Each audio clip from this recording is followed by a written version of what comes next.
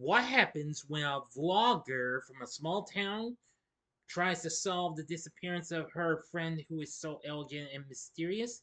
Easy. You've got this film right here. Here's my review of A Simple Favor. Big D's Entertainment Rankings and Reviews.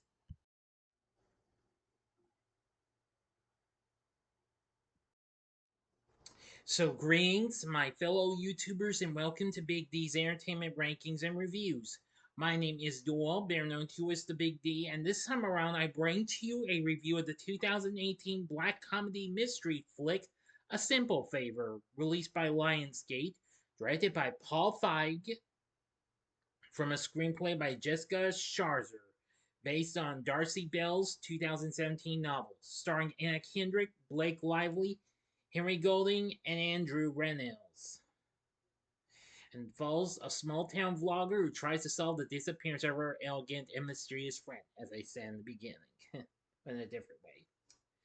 Anyway, the film was released on September 14th, 2018, and did pretty well and what have you. It just more recently got a sequel a month ago, which I'll be doing a spoiler free review of tomorrow. But in the meantime, let's talk about its predecessor. In Warfield, Connecticut, widowed single mother Stephanie Smothers runs a vlog featuring crafts and recipes for mothers. She becomes friends with Emily Nelson, the mother of her son's classmate and a PR director for a fashion company, and they start to meet in the afternoon over martinis. Emily shares that she is frustrated by the lack of success of her husband, English professor Sean Townsend, and their poor financial situation. Later, Stephanie reveals that after her father died when she was a teenager, she discovered she had a half brother, Chris, whom she once kissed, though Emily correctly guesses that they had sex. Stephanie babysits Emily's son while Sean is in London. After 2 days of Emily not returning calls, Stephanie learns from Emily's boss that she's in Miami. Stephanie calls Sean, who contacts the police. Trying to resolve Emily's disappearance, she makes missing person flyers using a photo of Emily that she found hidden on her desk. Detective Somerville reports that Emily lied about Miami and that her drowned body was discovered in the lake at a summer camp in Michigan. Stephanie and Sean share their grief and begin a sexual relationship. Somerville reveals to Stephanie that Emily had severe liver damage, a large amount of heroin in her system, and that Sean had recently taken out a $4 million life insurance policy on her. Stephanie receives an insulting message, apparently from Emily, about her tryst, or tryst, I'm sorry, with her half brother Chris. She has a flashback of her late husband suspecting her infidelity and that Chris was the real father of their son Miles, possibly leading him to cause the car crash that killed both her husband and Chris. Investigating Emily's past, Stephanie visits painter Diana Hyland in Manhattan, who seems to have been a lover of Emily's and who had painted a portrait of her. Diana says that the painting is actually of her muse, Claudia, whom she describes as a con artist who disappeared. Her information leads Stephanie to a yearbook that shows Emily to be a girl named Hope McLandon, who had triplet sisters, Faith and Charity, who died in the womb.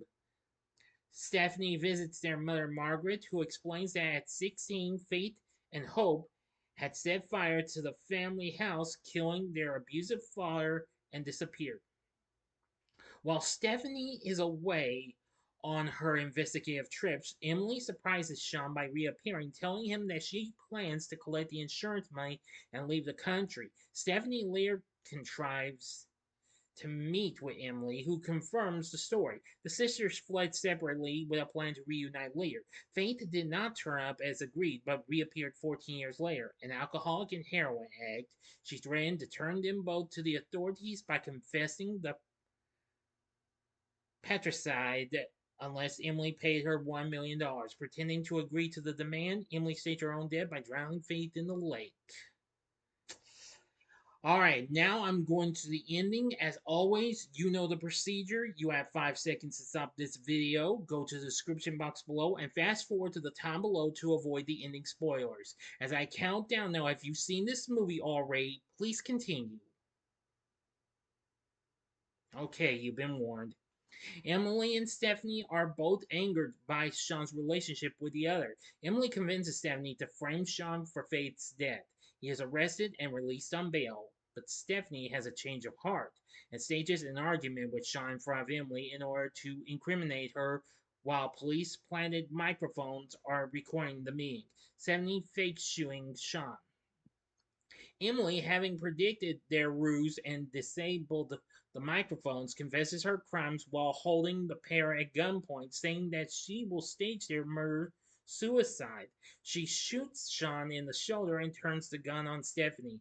Stephanie reveals a hidden camera on her sweater button, which is live streaming the event on her vlog, and Emily attempts to escape.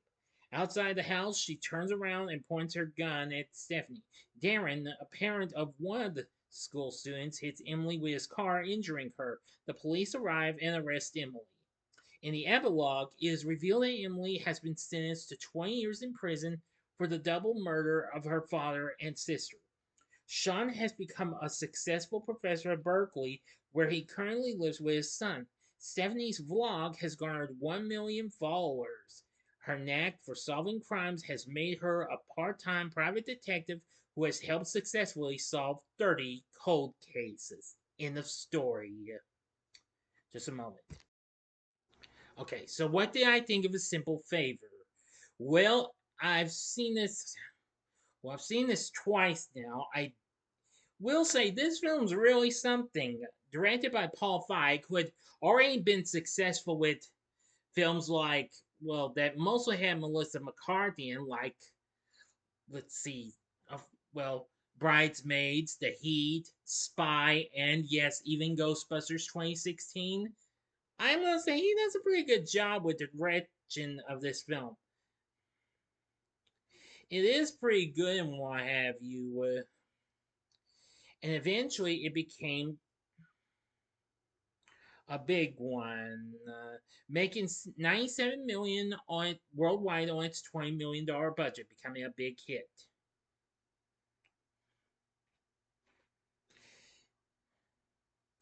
Anyway, I think this film's just wow, really a good film, especially with it being based, well, being a black comedy mystery film, similar to what we would later go on to see in the following year's Knives Out. But of course, that wasn't more black comedy. It was just more of a comedy mystery film. You know what I'm saying?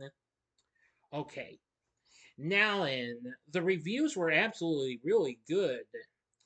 The critics praised the plot twists and the performances of Kendrick, Lively, and Golding. Rotten Tomatoes has a score of 84%, saying it's twisty, twisted, and above all simply fun. The film casts a stylish mummy noir spell strengthened by potent performances from Anna Kendrick and Blake Lively. Metacritic has a score of 67. Audiences polled by CinemaScore gave it a B plus, while post-track report filmgoers gave it a 76% positive score. Variety wrote the film feels a lot like the Sergei Gainsbourg number that Stephanie dances to in the kitchen.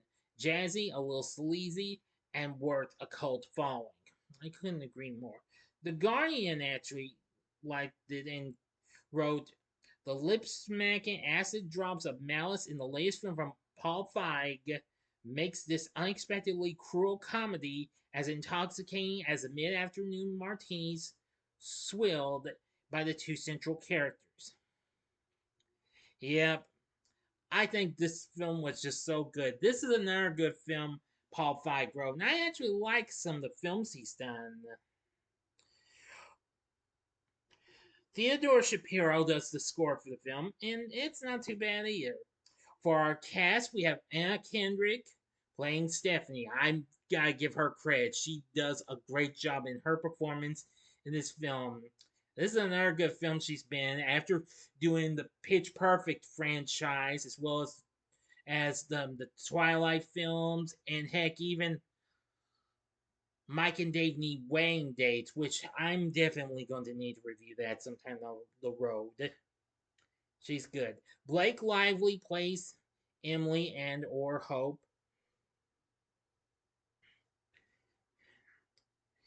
and as Emily's identical twin sister Faith. Now, of course, a 16-year-old Nicole Pierce played the 16-year-old version of Hope, while I believe it's her sister Lauren Pierce played the 16-year-old version of Faith. Yeah, really good. Henry Golding played Sean, and I've got to give him credit. He was really good. Andrew Rannells plays Darren. Really good. We have Jean Smart, who I know who that is. I've known her from movies and TV shows. She plays Emily's mother, Margaret. Linda Carlene, you probably know who that is. She plays Diana Highland. So I gotta give this cast credit. The rest of the cast isn't too bad either. So with everything said, A Simple Favor is a pretty good film. I liked its comedy, its mystery, its the plot twist and all that stuff was really good. So was Anna Kendrick, Blake Lively, and Henry Golding. They were all really good. All three of those people were really good. And I think this is just so incredibly funny. And I think you'll really like it. So would I recommend A Simple Favor? I'd say hell yeah, go for it.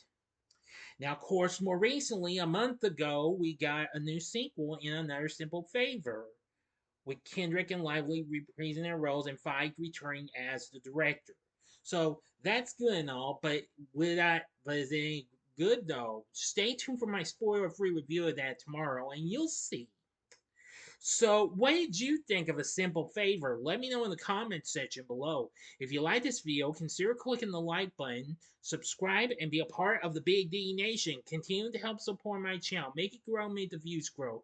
Tell all your friends about my channel. Give them to know me. Maybe they'd like to be a part of my Big D Nation.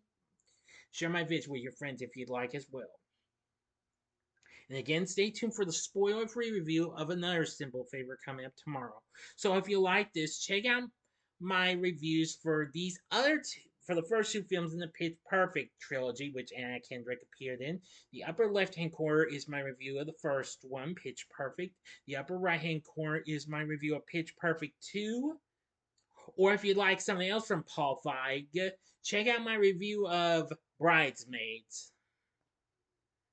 in the bottom left hand corner, and the bottom right hand corner is the button you can click to subscribe.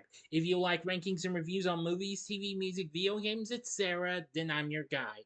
Thanks for watching. Until next time, I'm the Big D saying, see ya.